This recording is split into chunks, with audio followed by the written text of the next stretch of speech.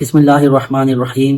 محترم ناظرین و سامعین، السلام علیکم ورحمۃ اللہ وبرکاتہ۔ آپ کے قرآن جیسی بے تحاشا صورتیں بن چکی ہیں، پورا کا پورا قرآن لکھا جا چکا ہے۔ یہ بندہ اتنے جھوٹ اور دجل سے کام لیتا ہے کہ یہ ناشتے میں بھی جھوٹ کا استعمال کرتا ہے۔ یہ اتنا بڑا جھوٹ ہے کہ پورے کا پورا قرآن جو ہے وہ لکھ لیا گیا ہے۔ قرآن پاک کی ایک آیت کے 2 الفاظ کے اوپر ایک سائنسدان برنارڈ پالیسی نے 1580 میں اپنی ایک کتاب پبلش کی، اور اس میں قرآن پاک کی ایک آیت کے صرف 2 الفاظ کے اوپر ایک تھیوری لکھی۔ قرآن پاک کی فصاحت اور بلاغت، اس دور کے بڑے بڑے جو عربی دان تھے انہوں نے بھی اس کی فصاحت اور بلاغت کو تسلیم کیا تھا کہ قرآن پاک جیسا کلام انسان نہیں لکھ سکتا۔ اور اللہ کے رسول صلی اللہ علیہ وسلم تو کسی کالج اور سکول میں تو بالکل نہیں پڑھے تھے، اور نہ ہی اللہ کے رسول صلی اللہ علیہ وسلم نے کسی سے اس کی ٹریننگ لی تھی کہ اگر اللہ کے رسول کسی سے پڑھتے یا کسی سے علم سیکھتے تو پھر بھی عرب کے لوگ اس وقت اللہ کے رسول پر انگلی اٹھاتے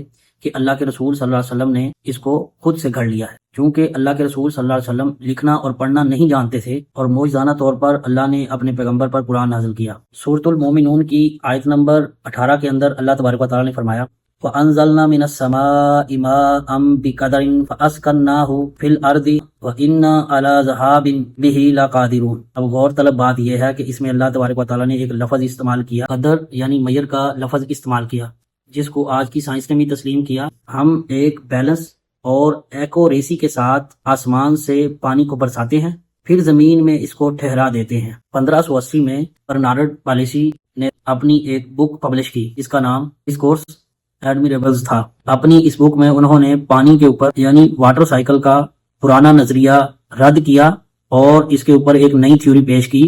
بارش کا پانی ہی چشموں اور دریاؤں کا اصل ذریعہ ہے، اور اس سے پہلے لوگ یہ سمجھتے تھے کہ سمندر کا پانی زمین کے نیچے سے سوراخوں میں جاتا ہے، سوراخوں کے ذریعے پہاڑوں تک جاتا ہے اور وہاں سے نکلتا ہے۔ اپنی اس بک میں انہوں نے پانی کے اوپر یعنی واٹر سائیکل کا پرانا نظریہ رد کیا اور قرآن پاک کی اس آیت کو سچا ثابت کیا، جس کو بعد میں سائنسدانوں نے تسلیم کیا، جس کی وجہ سے انہیں ماڈرن ہائیڈرولوجی کا باپ مانا جاتا ہے، یعنی پانی کے علم کا ماہر۔ ان کے بعد 17ویں صدی عیسوی میں پیئر پیرالٹ اور ایڈم ماریوٹ، ان 2 سائنسدانوں نے 17ویں صدی میں مل کر سائنس ریور پر تجربہ کیا اور پہلی بار کیلکولیشن یعنی اعداد و شمار سے ثابت کیا کہ جتنی بارش ہوتی ہے وہ دریاؤں کے لیے کافی ہے۔ اس سے پہلے کسی سائنٹسٹ نے ماس بیلنس کا حساب نہیں لگایا تھا۔ اور آج کی سائنس بتاتی ہے کہ ہر سال زمین سے جتنا پانی بھاپ بن کر اڑتا ہے، ٹھیک اتنا ہی پانی بارش بن کر واپس آتا ہے، جو تقریباً 513 ٹریلین ٹنز بنتا ہے۔ اگر یہ بیلنس بگڑ جائے تو یا زمین سوکھ جائے گی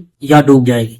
قرآن پاک میں جو میئر کا لفظ استعمال ہوا ہے اس میں بالکل فٹ بیٹھتا ہے۔ حالانکہ جب قرآن پاک نازل ہوا تو اس دور میں نہ تو ٹیلیسکوپ تھی اور نہ ہی موسم کو سمجھنے کے آلات موجود تھے۔ 513 ٹریلین ٹنز کا فیکٹ، یہ اتنی ایگزیکٹ کیلکولیشن آج کی اس ماڈرن سائنس نے ماڈرن سیٹلائٹ ڈیٹا اور میٹرولوجیکل ماڈلز کے ذریعے سامنے آئی، اور یہ کیلکولیشن 20ویں اور 21ویں صدی میں ہوئی۔ یعنی آسان لفظوں میں اس کو یوں سمجھا جا سکتا ہے کہ زمین سے ہر سیکنڈ تقریباً 16 ملین ٹن پانی ایواپوریٹ ہوتا ہے، اور اگر پورے سال کا حساب لگایا جائے تو یہ تقریباً 5,13,000 کیوبک کلومیٹر یا 513 ٹریلین ٹنز بنتا ہے۔